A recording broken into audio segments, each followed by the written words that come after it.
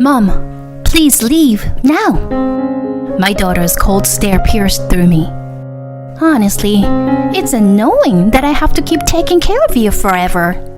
And it especially sucks when it's a parent who has a physical disability.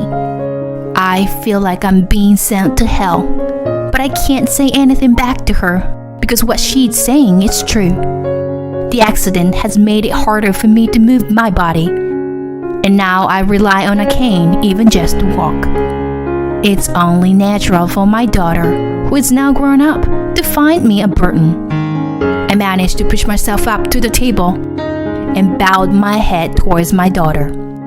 I'm sorry, honey. You're right. I think I've been causing you a lot of trouble all this time. If you understand, then leave. Quickly. I'll call a taxi for you. So, be grateful for that. With that, my daughter Jenny threw a large bag outside the door. When I opened it, it was filled to the brim with my clothes and daily necessities. She must have been preparing for it quite some time. It hurt me to think that I had been causing her so much pain for a long time. Memories of the time I spent with my beloved daughter flooded my mind. My life raising and nurturing her had been so happy, so I didn't really want to be away from her. After a while, I wiped away my tears and began to prepare to leave the house. I'm Tamara. I had married my husband Steve when I was 20 years old. Among my friends, I was one of the first to get married. I always thought that if I were to get married, it would be to no one other than him. And Steve also said the same. After enjoying our newlywed life together for a year, we were blessed with a daughter, Jenny. When she was small, she was often got sick. She not only caught colds easily, but she also had a tendency to swell up more than other children when bitten by insects.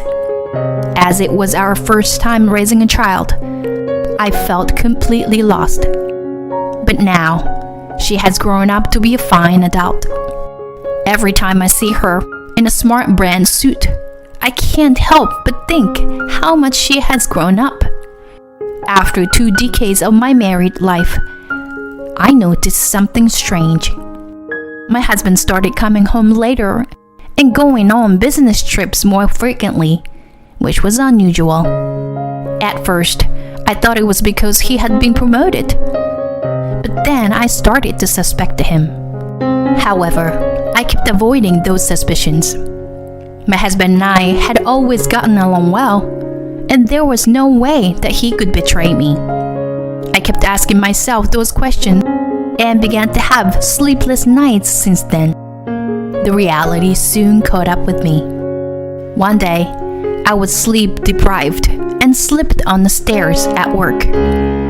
Fortunately, I wasn't seriously injured, but my left leg became quite disabled. I went through physical therapy after being hospitalized, but my recovery has been slow. I had no choice but to quit my part-time job, and now I'm doing some work that I can do at home. Since my opportunities to walk outside and talk to people have decreased, I became more contemplative than before. Today, I finished my work and was making dinner. I needed a large plate, but it was on a shelf that I couldn't reach without standing on tiptoe. I didn't feel like going through the trouble of getting a step stool.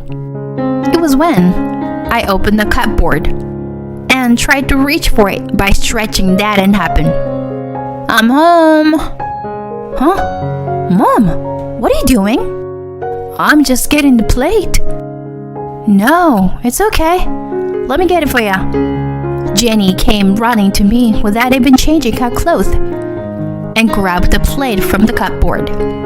Since my legs stopped working well, Jenny had started to come home at the same time every day to help me, even though she's in the prime of her working life. It's appreciated, but at the same time, I feel sorry.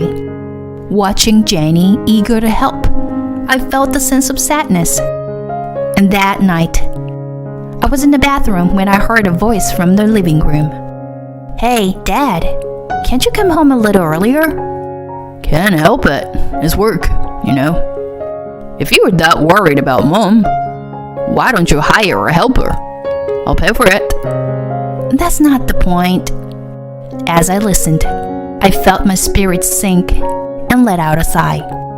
The incident happened on Saturday. The weather was bad and my legs hurt, so I didn't feel like moving at all. But I couldn't just sit still. So I was solving crossword puzzles in the living room to distract myself.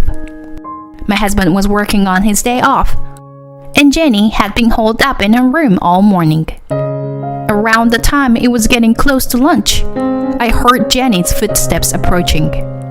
Jenny, should we have lunch now? Just as I was about to say that, I climbed up, because Jenny had a concerned look on her face. Jenny? What's wrong? I'm sick of this.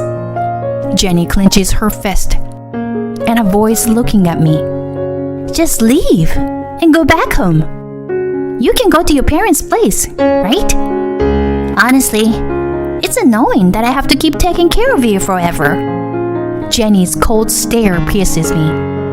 I feel like I've been thrown into hell all of a sudden, but I can't say anything back. It's only natural for a daughter to feel annoyed with a mother who can't even walk without a cane. I managed to lean on the table and stand up, and I bowed my head to my daughter. I'm sorry, honey. You're right. I think I've been causing you a lot of trouble all this time. If you understand, then leave, quickly. I'll call a taxi for you. Be grateful for it, okay? With that, Jenny throws a big bag outside the door. It's filled with the brim with my clothes and daily necessities.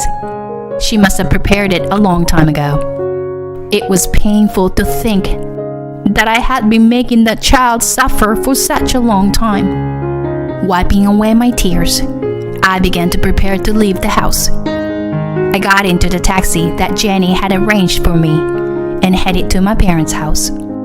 Tears continued to overflow, no matter how much I wiped them away. I felt pathetic for causing trouble to my daughter and parents. When I arrived at my parents' house, they were waiting outside for me. It seemed that Jenny had already given the taxi fare.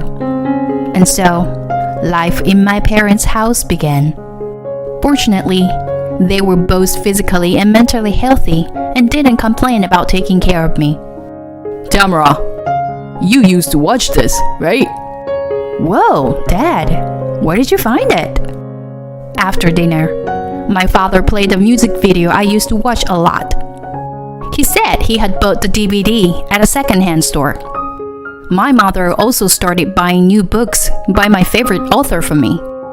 While I was grateful, I also felt sorry for causing trouble. Even if it can't help that I am a burden, I thought I should at least earn some money myself.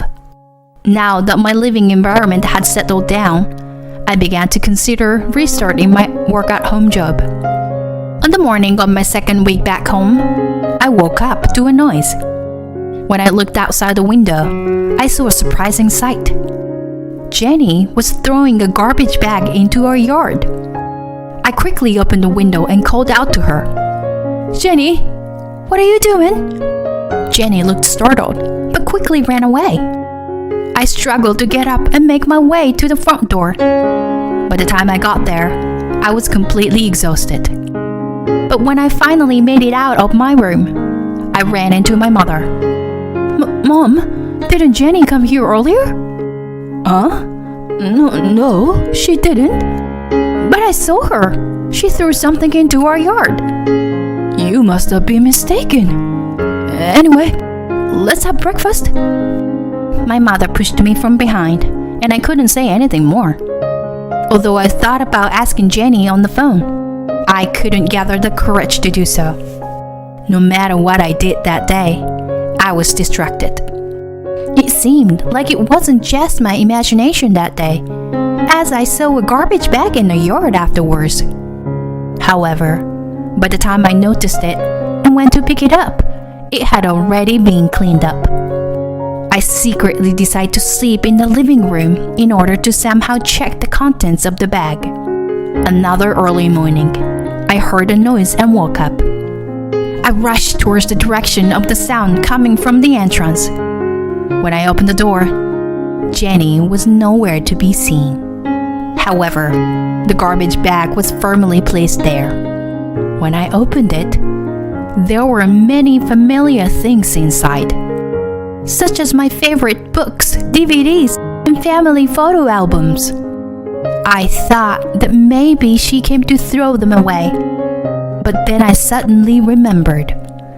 Could it be that what my parents had given me were the things Jenny brought? But why would she do such a thing? As I tried to calm my restless mind and looked inside the bag, I found a photo of an unfamiliar woman entering a hotel with Steve. Tamara? My mother's voice came from behind, and I turned around. Seeing my state, she seemed to understand everything and suggested that we talk inside, taking a garbage bag with her. Well, actually, Jenny came to me for advice. She said that Steve seemed to be cheating on you. I was hit by a shock, not because of my husband's infidelity, but because my daughter knew about it. My mother began to speak with a solemn expression, telling me everything that had happened. Jenny happened to be present when Steve and his mistress were talking on the phone. My wife can't walk, and she can't do anything by herself. Is there any way to get rid of her? When Jenny heard that, she felt a sense of crisis and evacuated me to my parents' house. She deliberately used strong language to drive me out, thinking that if she told me the truth, I would be in even greater danger. Jenny hired a detective to continue investigating my husband's infidelity, and they planned to take it to court with the evidence they have gathered. After hearing all of this, I was completely stunned. I'm sorry for deceiving you, but Jenny made us to keep it a secret. I shook my head at my mother's words, feeling the kindness of my daughter and parents seep into my heart. Although Steve's betrayal was painful, their warmth was even more heartwarming. Mom, I have a favor to ask. A few days later, I went to my house with my parents. When I rang the doorbell, Jenny came out with faint dark circles under her eyes. She looked surprised, but let us in. Steve seemed to be out at the moment. My father explained the situation to Jenny. Yeah, that's right. I was planning to go pick you up, after everything with Dad's affair was resolved. Mom, I'm sorry for what I did. Jenny, don't. I'm sorry. It must have been really hard for you to carry this burden alone. Mom, I should be the one to face it. So don't worry, honey, okay? Upon hearing this, Jenny burst into tears. We hugged each other for the first time in years and cried until we felt better. That night, we ambushed Steve and made him kneel in front of us at the entrance. When we showed him the photo that Jenny had brought, he made a guilty expression. This is you, isn't it? What are you talking about? All of a sudden. That looks like someone else. Stop with the lame excuses. It's not an excuse. Look, I don't even have this jacket. When my father grabbed Steve's shoulder, he gasped in surprise. After taking a small breath, my father spoke in a low voice we had never heard before. If you keep spouting such nonsense, I'll tell you the truth. I'm sorry. Steve became tearful and began to confess everything. It turned out that he had been cheating for more than 2 years.